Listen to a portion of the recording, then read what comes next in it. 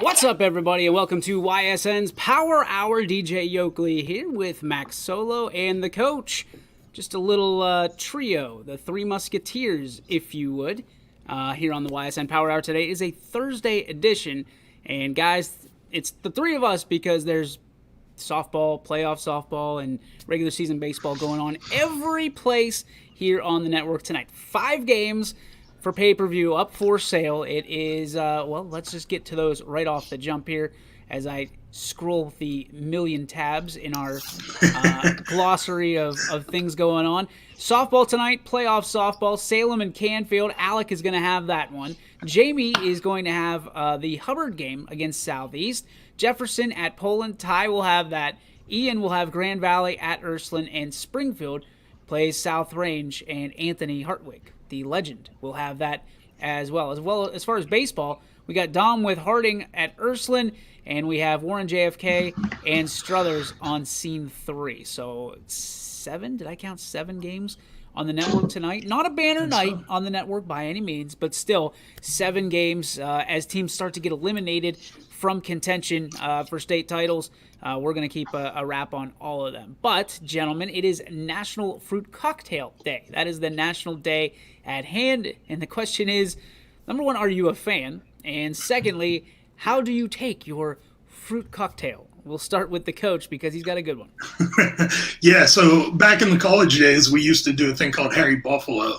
And you would take fruit cocktail and you would add in vodka and fruit punch, and basically have yourself a delicious beverage that you could also snack on. I didn't think of fruit cocktail like that. I thought of like the little cups, right? The fruit cocktail cups. But I'm with you. I can go that route, I guess. My mind went cocktail. Fruity cocktail, not like a fruit cocktail, like the cups, like the little cherries and the pears and the peaches and the grapes. Like that's where, like, to me, those were the best at lunch. You talk about protein cookies we talked about last week, and a fruit cocktail, you're set. Like, that is an A-plus day at lunch. Mac, how about you? The fruit cocktail wasn't as tradable, though. I would take it. Listen, I'll be the Pirates. I'll take your garbage. Bring it. I'm here for it. I'm here for the fruit cocktail. For drink-wise, I don't really do fruit in my drinks, like any type. See, Ralph doesn't either. I'm not that way, brothers. man. It's, my mother worked at a bar for years, and things have changed throughout the years. But like the idea of people touching fruit, squeezing it, and in their hands, and I don't, I'm just, I'll pass. So what about like the seltzers? All the seltzers right now are fruit seltzers. Do you like those? I know Kate likes them. I'll have them. I'm not a huge fan. But again, somebody's not touching fruit and putting, with their dirty paws. Fair point, but even still, I'm not really a huge fan of. I'll take a good old fashioned Bud Light all day, every day over a seltzer. I think we all know that one. You are Bud Light, true and true. If somebody were to take blood, it's Bud Light positive. Not a sponsor yet. Get soon, on it. Close it. Close it. Actually, I heard a rumor last night, and I don't know if it's true or not. We're going to have to do a little digging, but I don't think breweries are allowed to sponsor our events, like our games, because they're under 18. Yeah, I was talking to one, and they definitely can't. So there we go. So there's one of the things that we've been trying to get, completely put a pin in it. So, but that can they sponsor the show? You sure can. That's right. Sponsor the Power Hour. We got the Running Point going too, and maybe a morning show coming out soon. Maybe some other things we're looking to do from the what are we calling it? The gas station food reviews, right? Yeah, food review. Quinn had a quirky name for it. Birdies, Bogies, Betos. Birdies, Bogies, and Betos, and we are 100% starting the golf show. And not just that golf show. That one's going to be like for real with like professionals. The YSN World Tour 6-week special is coming, ladies and gentlemen. Don't you worry about it. We've got it all set up. 6 weeks, 6 courses, and 6 of us are going to be taking to these courses, and we are just a bunch of tomfoolery will incur. So, so take that for what it's worth, guys. And I'll probably win by 6 strokes. Not with my new clubs, you won't. They basically hit for me. Let's just put it that way. I basically just paid for the Jetson clubs. Hole in one. Hole in one. If that's the case, they're worth every penny. I mean, it'll get boring if that's the case. But it's never boring winning. I'll get so bored beating you guys. I'll have to probably get my tour card, and then from there, who knows what happens to YSN? I don't know. I don't know if there's time. Let's go to the topic at hand. Obviously, a big night for the NFL last night, and they did a fantastic job from a marketing standpoint of just pushing this out. And teams actually got the schedule during the day. The day before. So they knew what was going on, and they didn't do a deep dive into it or anything from the sounds of it. But now there's some complaints coming out about the schedules. Browns getting a lot of primetime games. Well, they get 5. I think that's tied for the lead. 4. Okay. And the Steelers getting 3. So interesting to see. And the Steelers primetime matchups aren't really that. I mean, one of them's the Chargers. So, and then the other one's the Browns. And then there's some.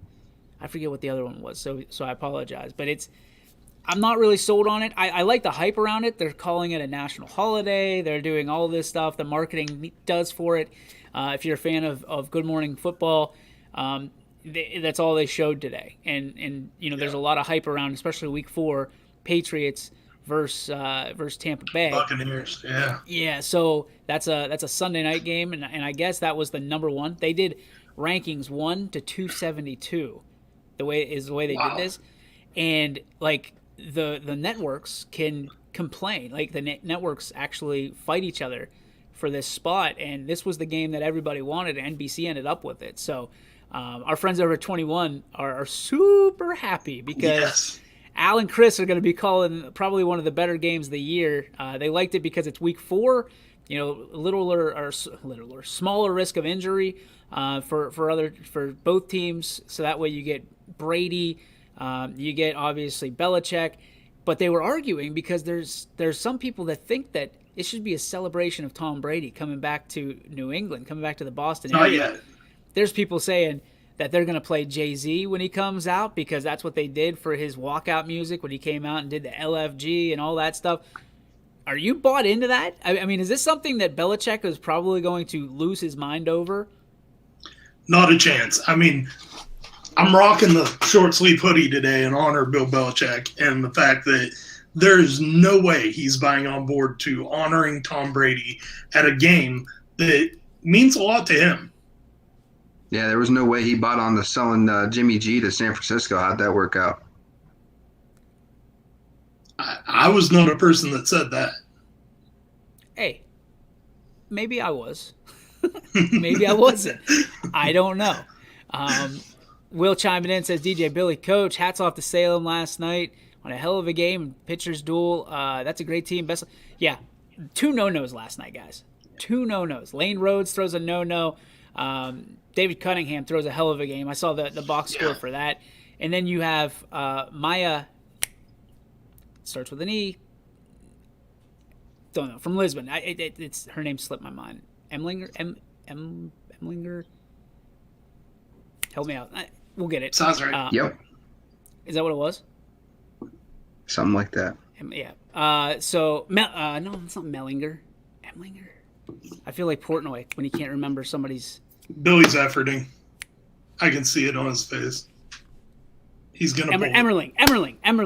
Maya Emmerling throws a no-no against Chalker last night. And I talked to Coach Chrisman after the game.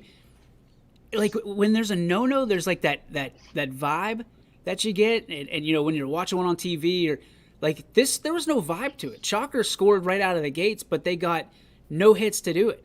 It was unbelievable. Yeah. And you go to the end of the game and you hit the box score on Game Changer, and it says no hitter. And I was doing the player of the game. She got it anyway for the way she pitched. Yeah. But I was like, whoa, she got a no-hitter. Wow, a no-hitter. And then interviewing Coach Chrisman, he's like, yeah. He's like, it didn't feel like it did. I was like, absolutely not. But Lane, I guess, in the Salem game, shut it down. Like, put his foot down.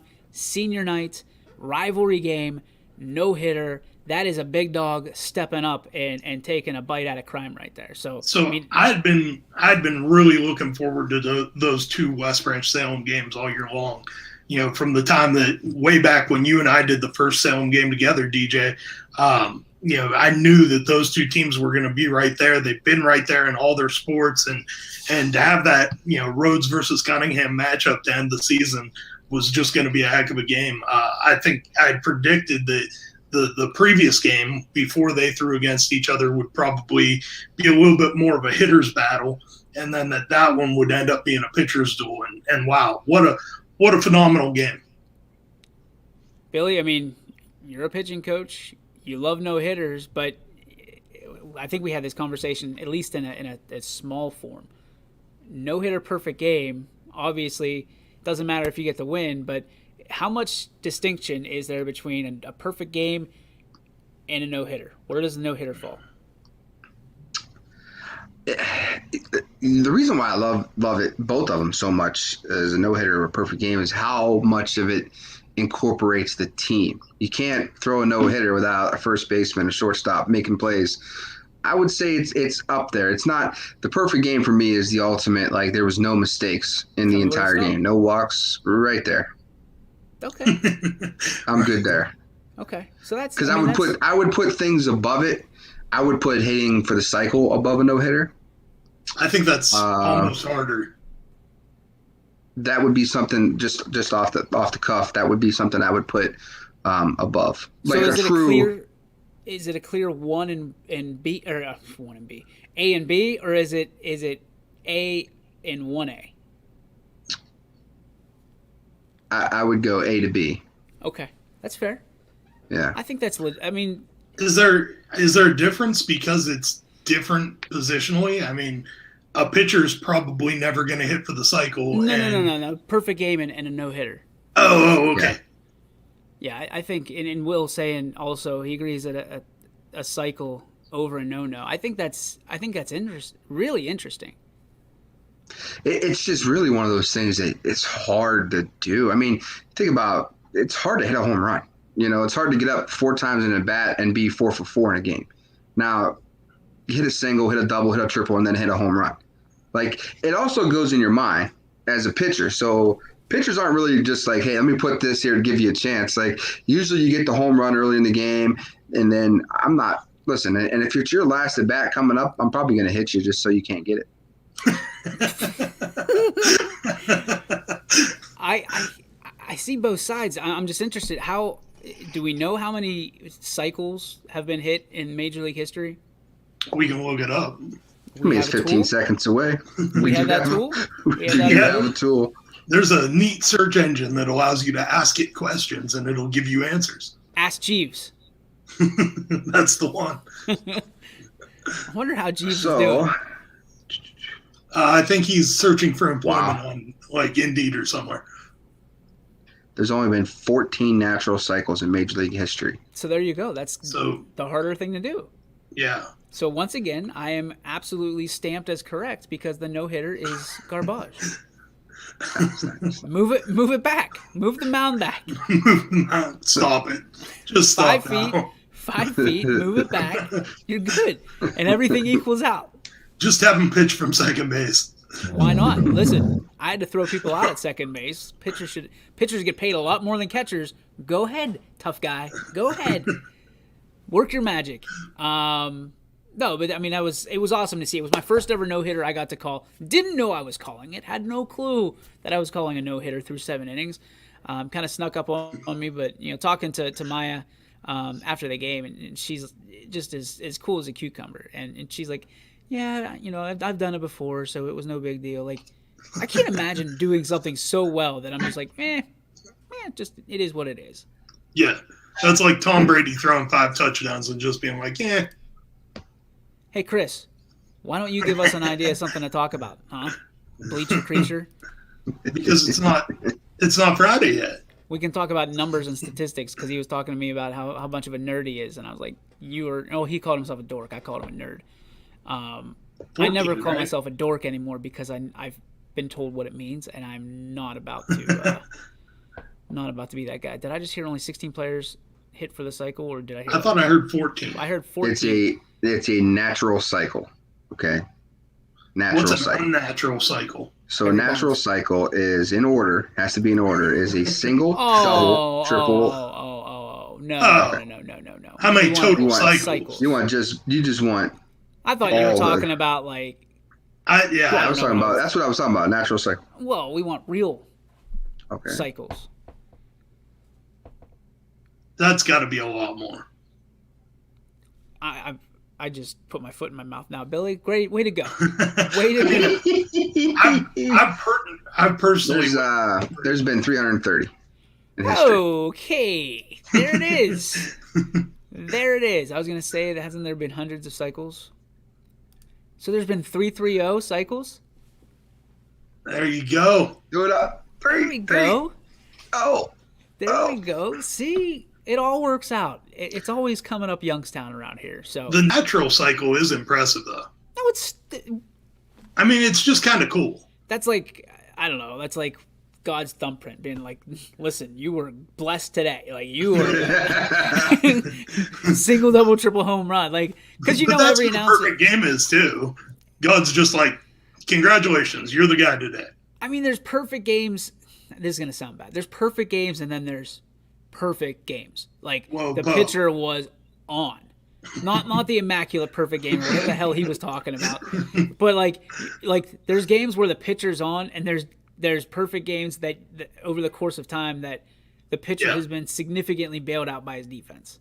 You know, with like 4 strikeouts and the rest are, and then you're like, well, wait a minute. And listen, I'm a pitch to contact guy, but isn't there like a moment in almost every perfect game that you can remember where there's a unbelievably spectacular play that saves the perfect game? I think as you get to the 7th, 8th, and 9th inning, every play is over dramatized. Spectacular, yeah. Yeah, you know, like a hit to the right fielder that he's going into the corner and makes a catch, and he's, you know, lollygagging it to get there. Is, oh my goodness, did you see that? The perfect game is still alive. Who was it that pulled the one back? I think, wasn't it for Detroit? Detroit or Toronto? I wanted to say it was Detroit and the Miami Marlins. I thought there was I can't remember. Detroit and Miami. Wasn't that the one that there was a perfect game and the umpire blew it? No, that was Detroit and Cleveland. Oh, is that what that was? Yeah, the call at first base. Yeah, I don't know. Like, I get it that all counts the same. I'm with everybody on that. You still get perfect game, but like when a pitcher's dominant and it's a perfect game, to me it's a lot more impressive than grounding out to third and shortstop 27 times. It just okay, great. Your defense got it done for you. They should get the ball, not you. True. Which is why I really appreciate it because it's such a team-oriented thing. I mean, it was Dwayne Wise that I was thinking of that saved Mark Burley's perfect game. Mark Burley. Yeah. Mark Burley. He was a lefty too. Now, something that's never been done in Major League Baseball is home run cycle. Oh, 1 run, 2 run, 3 run granny? Yeah, never been done in Major League Baseball. It has been done in college and high school, but it has never been done in major leagues. Guys have come close, right? Because I feel and like also softball. I feel like there was a story a couple years ago. There was I was just looking at it. There was a guy. Who was his name here? What's more impressive? Is it the cycle or hitting a home run from both sides of the plate? Like it has to. That's it for me. I would say the cycle. Yeah. Ooh. Yeah. I'm going cycle, and I'm only going cycle because it's so commonplace to have switch hitters now. I want to see your left-handed swing. Oh, you don't want to see my left-handed swing. I wouldn't necessarily say it's so common. Switch hitter, no. Yeah, I wouldn't say that. I would say a lot of Dominican and Latino players are switch hit. Not so much. Like how many high school games you see this year where you have switch hitters? Well, they're not really promoting switch hitting anymore. Do you notice that? Right. Yeah. I mean, it's not really. They're just adjusting and going. Like Every Little League dad think wants his it's a kid to lot be of- a switch hitter. You think of how much time it takes to just be a good hitter, right? Now times that by 2. All right, so we can Right. figure this out. As of the 2018 season, there were 48 switch hitters in Major League Baseball. Okay. So take your roster and multiply it by your number of teams, and we'll figure out that that's not very many. Yeah. That's almost 25 times almost to 30. a team. Almost to a team. We also just got breaking news that JFK and Struthers is now canceled. So just a heads up for you out there that we're expecting the JFK versus Struthers game. It has been canceled according to Bob Zanny of Struthers, and who relayed that to Brian. So Amo wants to know. We'll see. Here we go. A couple. Page says 48 48. is lower than I thought, too. Are they not promoting switch hitters because lefty pitchers aren't as common anymore? No, I think it's exactly what Billy said. I think that from a perspective of like, okay, do we really feel that righties are that worse off against righties anymore to teach them to swing a different way? I don't think that there's that much of a drop anymore. I will say, I think there's more left-handed hitters. What I'm seeing a lot more of than switch hitters is a person who throws right-handed but hits left-handed. And hits left. I'm seeing that, like the old Jim Thome. Jim Thome was a right-handed fielder. So I'm seeing a lot more of that in today's game than I'm seeing switch hitters. Now, I do have a switch hitter that comes to me, and let's say on an average day we throw 100 pitches. So he's going to hit 100 pitches off the tee. I'm going to throw it to him. He's going to hit 100. Then he's got to do it all over again. It's just a lot of work. It's time. It's effort. If you're willing to put in that type of work, and some are, some not. I wouldn't be. I love putting in work. It's a lot of time. It's a lot of time too. So, Billy, I have a question. You're mentioning like throwing to these kids. You ever hit one of them? All the time. On purpose? I always tell them it's on purpose. So that way if I hit them again, I go, yep, I'm just trying to hit you. Don't worry about it. They don't get terrified. Anybody can hit me, God. Well, let's get back to the schedule release. I don't know how we got so – well, we talked about no hitters. That's what we talked about, and it kind of escalated from there. Let's go to, schedule release for the Browns. Do you like the way this kind of fell out and what they're looking at? It doesn't look like their schedule is too difficult as it stands right now. Tough one to start the season. You never want to see Andy Reid in September. He's one of the best coaches all time in the month of September with winning percentage wise. But I don't get too excited about the schedule. I don't play the schedule game. I don't go down through and go, ooh, that's a win, that's a loss. I just kind of look at it. The thing that was interesting to me is that we play the Ravens and then have our bye week and play the Ravens again. Yeah, I think that happened. It's not uncommon. Yeah, I was going to say it's not as uncommon as teams do that every year. There's at least one or two teams every year that do that. Yeah. Favorable. Oh, how do you tell though? I'm a big believer in like if we play good football, we could beat anybody. Yep. Okay. So to me, it's still week to week. Like get out of this is another Browns fans issue. Because we used to look at the schedule and go, 0-16. Oh, there's a win. Like, where can we go to games because we know we get a chance to win? So where's the win so we can go to the game? When do we play the Lions? It's such a Brown, like, we have to get out of our own way as Browns fans. Like, we have to just relax a little bit, pump the brakes at some things, be excited on other things. But, like, look at the schedule. I seen all day yesterday. I'm sure you did it too, DJ. 12-5, 12-5, 13-4. I'm like, 14-3 we're gonna win. Is the best I saw. And then I saw somebody say undefeated. I'm still not sure they were being serious. I don't know if with 17 with an extra game in there. A little early. With another game in there, you got to think that it's going to be real difficult for anybody to go undefeated at this point, right? It's going to be a grind. And the one thing I will say is I do agree with Paige. So talking about rest time and travel and everything like that, I do think that it's set up favorably that way. There's no like back-to-back West Coast swings or anything like that. It's all kind of – what's up, Aaron? It's all kind of right lined up the right way to allow for maximum recovery, maximum rest, maximum. The only thing that's funky is always the Thursday night game. Because the game that a lot of the Browns are looking ahead is like that Texans game. If Deshaun Watson's playing, he's still a problem. Yes. Okay? He's a problem. And yes. The one thing we have a problem with is running quarterback. So they gloss right over and go, oh, we're gonna kill the Texans. Well, we struggle against any type of mobile quarterback.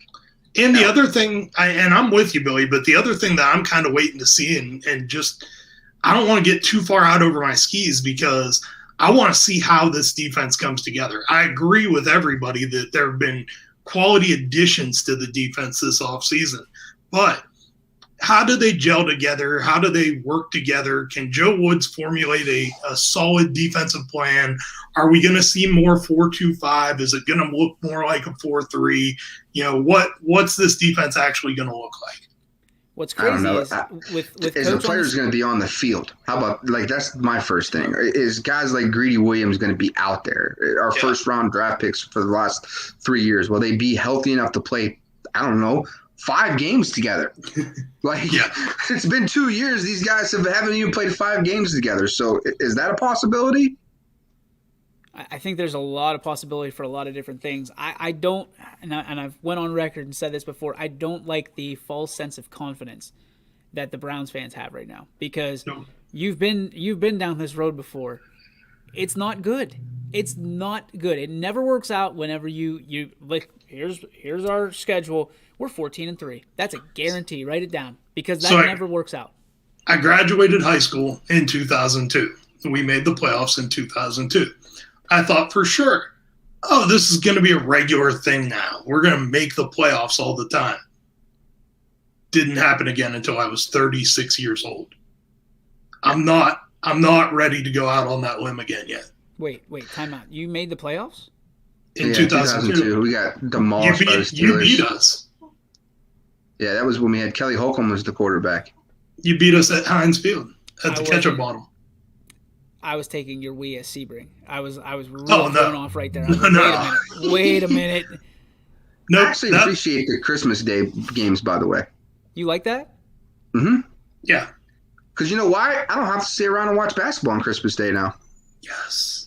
I will tell you that the experience of watching the Steelers on Christmas Day was Antonio Brown versus the Ravens when he extended the Immaculate Extension, as they call it here in Pittsburgh. And I loved it. It was fantastic. For me, it was the last day of, what was it, the fantasy football year too. So a lot of championships were on the line. I had Antonio Brown when he extended. Ball game, nail in the coffin, $200 that I never saw. But that's neither here nor there. Northcutt came through in 2002. Yeah, he had the big game that year, and really the big season that year. And everybody was really high on him. I almost bought a Northcutt jersey. Really glad I didn't. Would have blown some money. Here's the trick on buying Cleveland Browns jersey. Are you ready? It's real simple. Don't do it. Don't Joe Thomas. Joe Thomas. And Jim Brown. Those are the ones you see the most. Yep. And now Baker Mayfield. And Bernie Kosars. I do see a lot of I do see a lot of Johnny Manziel too. I'm not gonna lie. Some people are still gutsy enough to wear the Johnny Manziel jersey. I think that's become kind of like a spoof, though, right? Like people are doing it to be funny at this point. I don't know. Listen. I wore a Tim. I went to a Browns game. I wore a Tim Couch jersey, and my mom taped over the C. It was a white jersey. She taped over the Ouch. C with white tape, and it said "ouch" the entire time. My aunt was so pissed. So mad.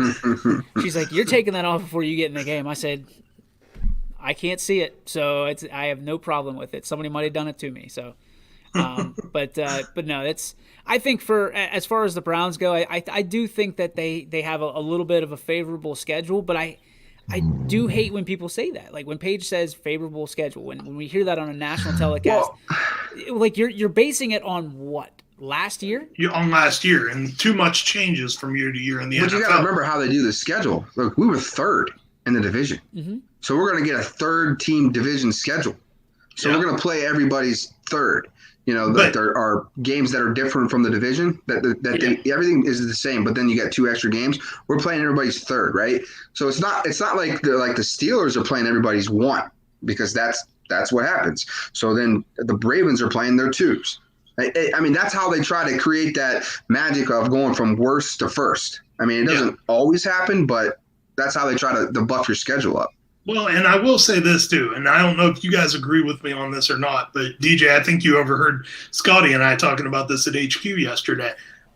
The way that the NFL does their scheduling is far superior to literally any other sports league that there is, because they meet with all of the different networks and they try to create these marquee matchups and do some things that are a little bit differently. And the example of that is, so NBC in whatever week it is has the Green Bay Packers game and they have the Denver Broncos game, because they're hedging their bets on where Aaron Rodgers is going to be. Yeah, but it's easy to do, right? From that standpoint, because they're the Power 5. They have all the big ticket items. They get all the money. They're old money, I guess is the best way to put it. Mm-hmm. So you have that's the conversation. So basically, you've got a bunch of high frequency, very intelligent people that are good with numbers and good with marketing in the same room. They don't get out of a room for 4 months together and they go, okay, we've put together the perfect product. Take a look at what the MLB does. They just go, YSN wants to do it. Who the hell cares? Let them have a couple games. We don't give a shit. They should let us have a couple. And what's funny about that is, I heard somebody talking about it yesterday that 3 or 4 years ago, Fox went to Major League Baseball and was like, why do you have the Cubs and the Cardinals playing on a Tuesday, Wednesday, Thursday? We need to flex that to the weekend. Like, can we help you with your schedule? Because your marquee matchups are all like midweek matchups. This is a typical Chris Sigler response right here. Like, put it in a box, put a bow on it. The same guy that is betting on the Pirates losing 100 games is the same guy that says that Charlie Brown, Steelers could play Aaron Rodgers twice this year. So what? Like, then, and you know what? We could. But Aaron Rodgers can also play the Steelers twice. They trade him to the Browns. Yeah. I don't think anybody just stop that. Is referring to him getting traded to the Browns, Billy, other than you. I think somebody's got to be out here trying. Yeah, you're in the parking lot all by yourself on that one. Hey, I've got bad news for you. Start saying it loud enough, people are going to start believing it. I've got bad news for you. There's one other person from YSN that's on that bandwagon, and he's got a show from noon to 3 daily. Well, okay, so let's address that. He won't take Aaron Rodgers to the Bills because Josh Allen is a green Aaron Rodgers. So he's the second coming of John Elway. But Baker Mayfield is that much more inferior to Aaron Rodgers? In what way? Like, listen, I know you're not a Baker guy, Billy, but there is not a chance in hell, zero, I'm ever giving up what I have in Baker Mayfield for Aaron Rodgers at this point. No. Now, he could go out and absolutely flop like a fish this year, and you'll be told you so. And I'll probably say, well, it is what it is. But after the season last year, like, based on last year, I would go Baker Mayfield. Who won the MVP? Who didn't win a championship? And who's got 12 years on him? I'll take the MVP. Listen, we talked about the window. I only need 2 years. That's all we got. Okay, after 2 years, we're probably right back in the tank. This is such terrible, like, short-sighted Browns fan thinking of, oh my gosh, we got to get it right now, otherwise it's going to go away forever. It's like, yeah. I'm honestly starting to believe that Andrew Berry, as a long-term GM, can build a winning culture in Cleveland. I'm a believer that Kevin Stefanski can be, a long-term head coach for the Cleveland Browns. So let me ask you this. If one team comes along and says, you know what? We like that guy. We like that Berry guy. And we got a lot more cap to deal with. We got a lot better opportunities. Let's say Miami, Los Angeles. We got a lot more money to give Andrew Berry. So here's the interesting thing, because I know where you're going with this, that he's going to jump ship. He would have to be out of contract, because the way that it works in the NFL is you can't steal somebody for a lateral move. It has to be a move up. So it would have to be some organization that decides that they want to make him the president of football operations like John Dorsey was. I don't see a problem with that. It always has to be, and that's why we have things like, president of operations for franchises. He could be the general manager of the Fritos as far as I care. I get it. I don't know. Like, I understand it can't be a lateral move because you're in contract. However, I'm sure there's loopholes to this, as there is to almost everything. Well, that is the loophole, is that they decide to make you the czar of football. Fantastic. Do you think would you be more bummed about losing Andrew Berry or one of the current guys on the roster? I would be more bummed about losing Andrew Berry at this point. Wow. Than Myles Garrett. See, that's a tough one, because immediately I thought you were trying to lead me to Odell Beckham. Would you be mad if Odell left? I was going to start with Baker, but then I was like, you know what? The better question is everybody on the roster. Yeah, that's a really tough call. It's a really tough call, but you have to be a believer in the fact that your general manager can make the right moves to build the franchise. Right? Isn't that what the Steelers have done for years and years? Kevin Colbert sucks. If somebody called and said that Bobo the Clown was the new GM for the Steelers, I would celebrate. I'm confused. What has Barry done that is like so over the moon that's got you convinced? Because he beat the Steelers. I don't know if you remember this. He beat the Steelers. Because the only hire that I can remember is Stefanski. Outside of that, this whole team is John Dorsey's team. No, this is not John Dorsey's team. Did you forget John Dorsey didn't draft Baker? He didn't. John Dorsey had one good draft. He drafted Baker. He drafted Chubb. I'll give you that it was a big draft, but John Dorsey He got the Landry trade. He got Odell Beckham over here. He got the Ward guy. He got Ward. What is Barry drafted? That's like, yes, this is a guy. This is a guy. What I'm sold on from Notre Dame. Yeah. What I'm sold on is the strategy to the draft and the strategy to building the roster. He's basically taken a defense and completely overhauled it in 1 year. We're going to see what that looks like. The draft process stinks, and they win Super Bowls.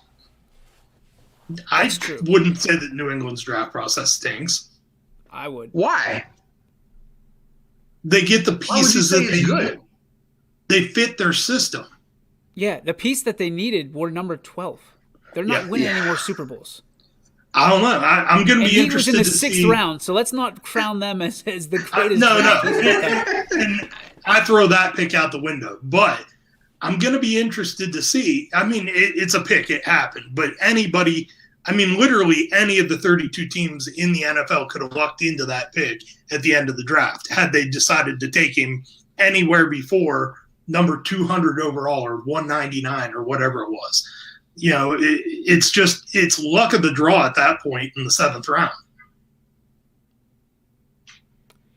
My question becomes, and kind of to ride Billy's coattails here, why doesn't Dorsey get more credit for building this team? Because this is essentially his squad that went to the playoffs, went 2 rounds in, and did damage.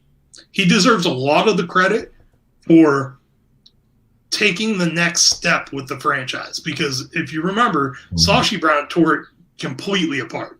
Yeah. Right. And I don't blame him for that, because that's the job that he was brought in to do. But John Dorsey took the next step with it. And if you look at all of the teams that John Dorsey has been with, he's got them to the next step, but he hasn't gotten them over the hump. So what I'm hearing is that John Dorsey put the cake together, put the icing on top, and all Barry is doing is spreading the icing around. And I would go so far as to say that John Dorsey baked the cake. I don't think he iced it or decorated it. No, I think he iced it. When you put together the team, when you make the trades, big time trades, and let's face it, OBJ was a big time trade. Jarvis Landry was a big time trade. Yep.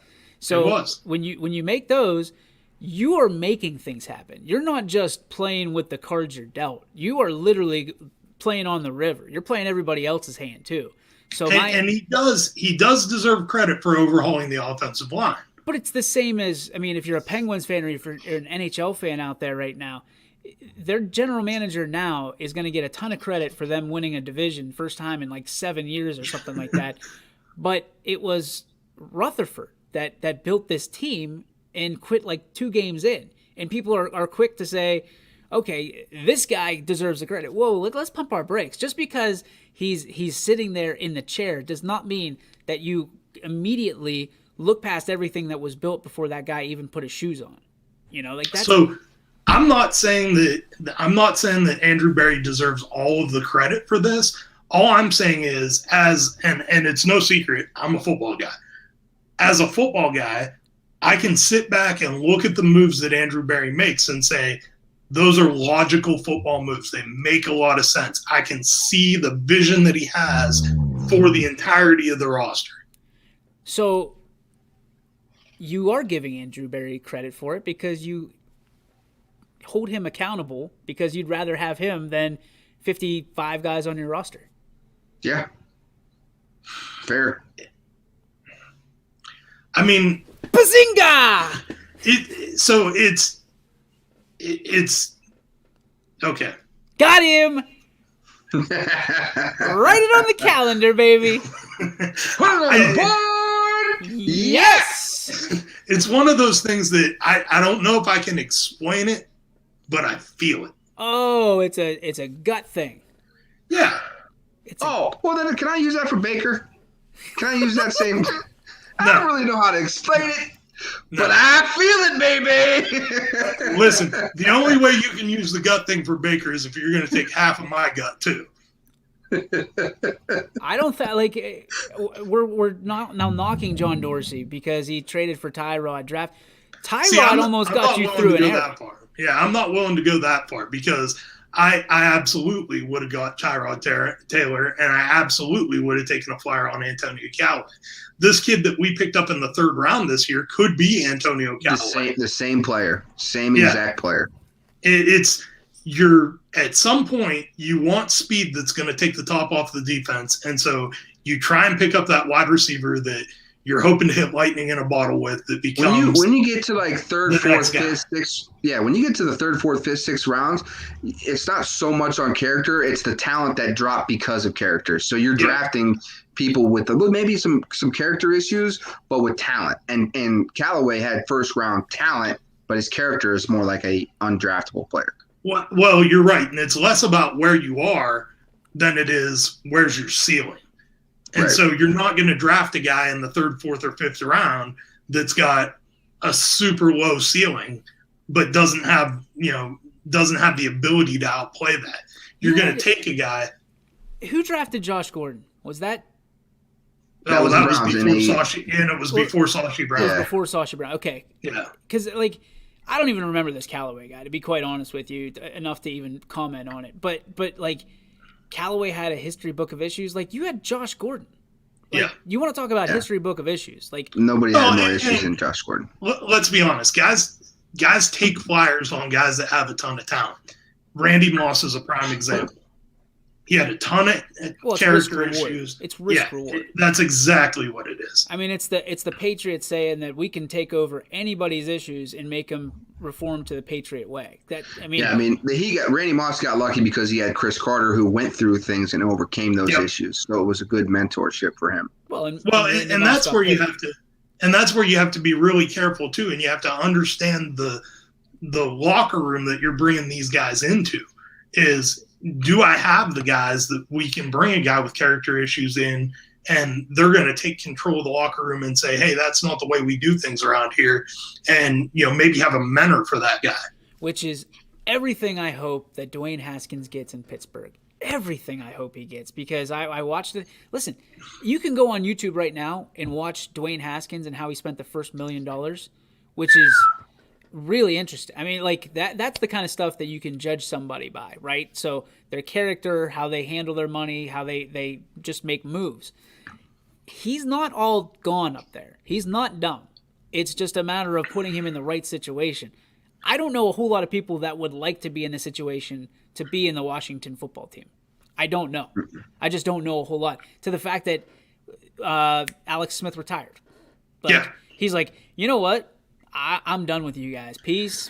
Good riddance. We'll see you later. Good luck. Yeah, they're going to have to get so lucky, like just being so bad to where they fall to a guy and Andrew Luck appears, like an Andrew Luck kind of guy, or a prospect like Trevor Lawrence. Well, yeah, and this would have been the year. Yeah, and this would obviously have been a good year, but they're going to have to fall to something like that for that franchise to kind of just turn around, because the ownership down is just not good. Well, and think about it, and there's a lot, and I'm not trying to defend Dwayne Haskins at all, but trying to put the pieces together and figure out what kind of, like, is this guy a legit quarterback? Is he going to be an impact guy, or is he just going to be a waiver wire pickup that they're just going to cut here in a few weeks?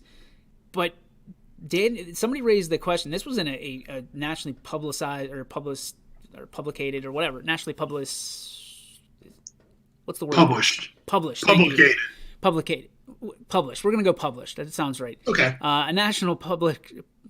It was published nationally about Daniel Snyder having all of his stuff, and then all of a sudden Dwayne Haskins takes the center spotlight, and it goes away. Nobody's talking about Snyder anymore. They're all talking about the first-round draft pick and da-da-da. Like, well, and isn't it interesting that that's the case there? And, what's happening in Houston right now? There were a lot of issues with the ownership group. There were a lot of issues with the general manager. And now all of a sudden there's all of this garbage that comes out. Yeah, but that's a little bit different. When you've got 24 people and Billy took the hard road and said it's all BS and was like heels in, dug in, ready to go. And I said, I've been through this with a quarterback before. Usually when there's smoke, there's fire. There's fire somewhere, yeah. My man was on Fija. He was. But here's the thing. I don't know that the Deshaun Watson stuff would have come out had that organization been squeaky clean on its own. Think about how many guys there's stuff on that you never hear about it until their playing days are over. Publication, by the way. Thanks, Kate. There it is. Yeah, his stuff's still not over, from what I hear. Yeah, it's still not over, and there's cases that are dropping. There's new cases. There's old cases that are getting rid of. There's not enough evidence. I mean, he's going to sit. I have no idea how this is going to turn out, but part of me still believes that this is something that he didn't do, and there's a lot of reasons why I feel that way.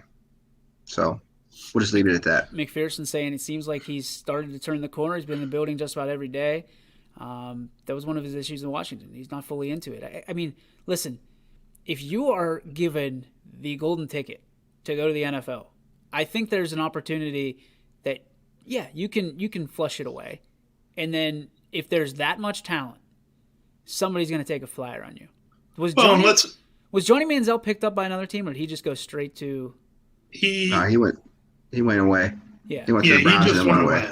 Which is why I have a little bit of optimism for Dwayne Haskins, because he does have first round talent. And that's the thing. There was probably 4 or 5 teams that Haskins should not have went to. Yeah. He was a guy that needed a bridge quarterback, and he needed a guy like Alex Smith to be there. And for all likelihood, Alex Smith would have been there. He was hurt. So here were the logical landing spots for him, and these were just the ones that made sense in my mind. Pittsburgh, obviously, because as much as I'm a Browns fan and we're raised to hate the Steelers, I've got nothing but respect for the Rooneys and the organization that they run, and you know that it's going to be structured well for him to be successful.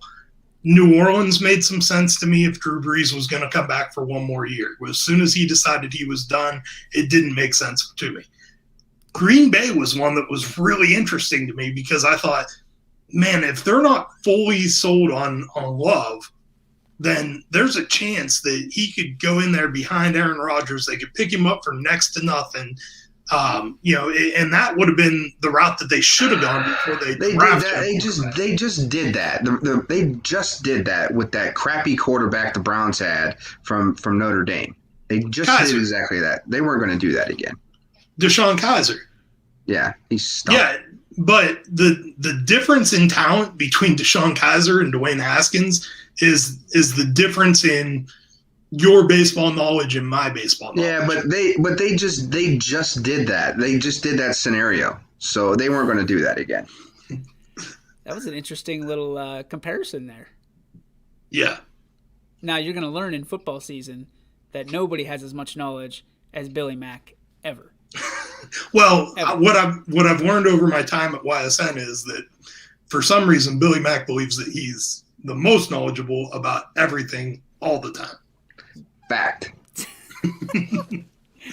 Oh, wow. That was, I mean, here's the thing is we didn't even get to do our YSN, all YSN team release. So with that being said, what we're going to do is after the show is concluded, turn on over to YSN Live social media channels, and we'll release it there. Just easier to do as we get to our G. Burbick Farms. What's your beef? What's your filet?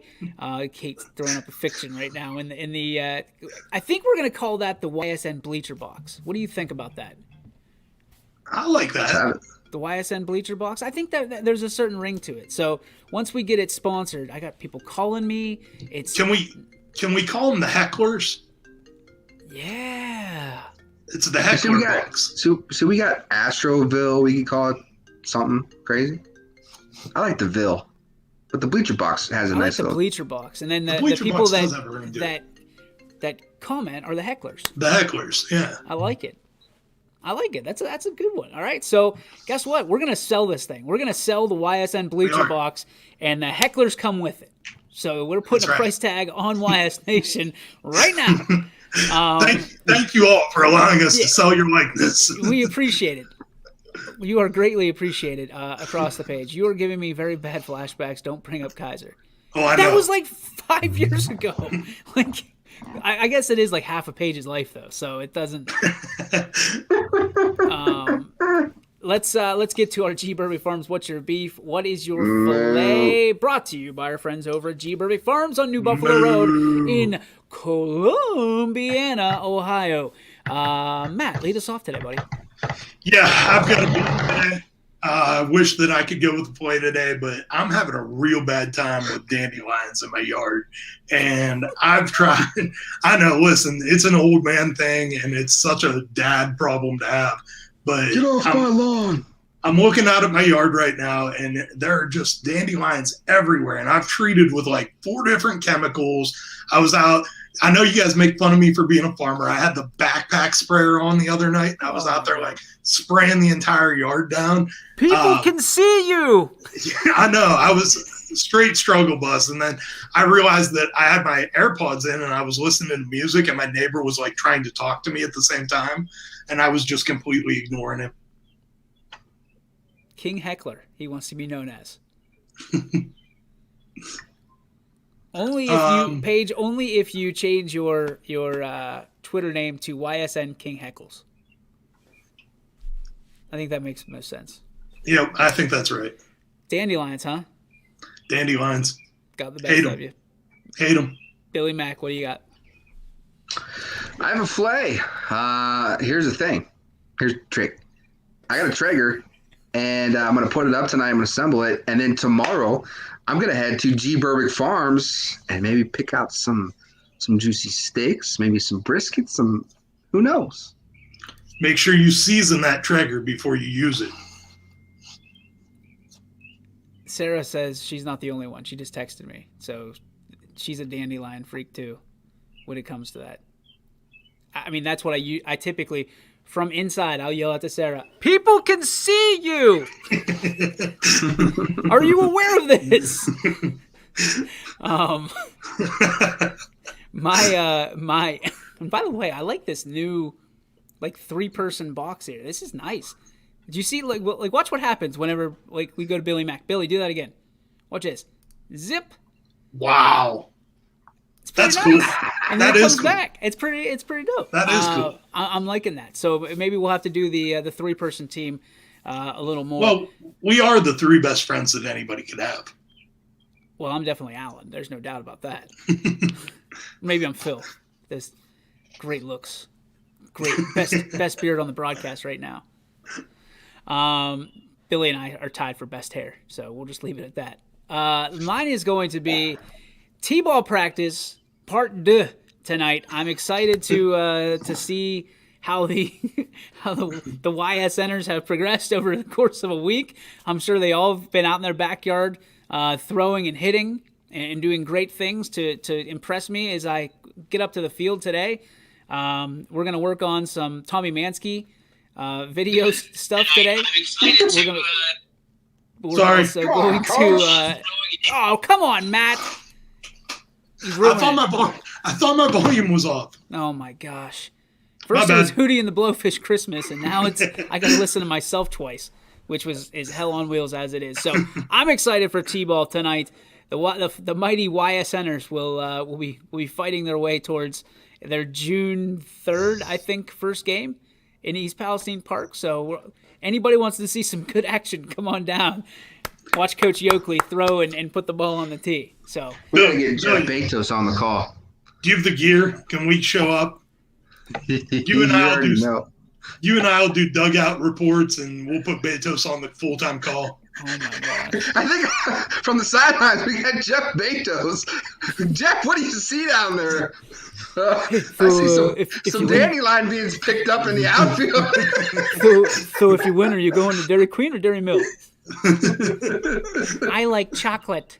I like turtles. That's going to do it for the YSN Power Hour. We appreciate you tuning in every day from 3 to 4. Tomorrow, going to be a good show. But just remember, if you're going to watch the games tonight, $9.99 gets you all of them in the postseason. We got 5 games to pick from. And there's 2 regular season. Oh, no, I'm sorry. 1 regular season game that is on tonight. So you've got some options. You got 6 of them, as a matter of fact. So make sure that you support us, you support your sponsors, and, of course, support yourself. Be well. We will see you tomorrow from 3 to 4 right here on your sports network. But until then, you know what it's time for. Wave it!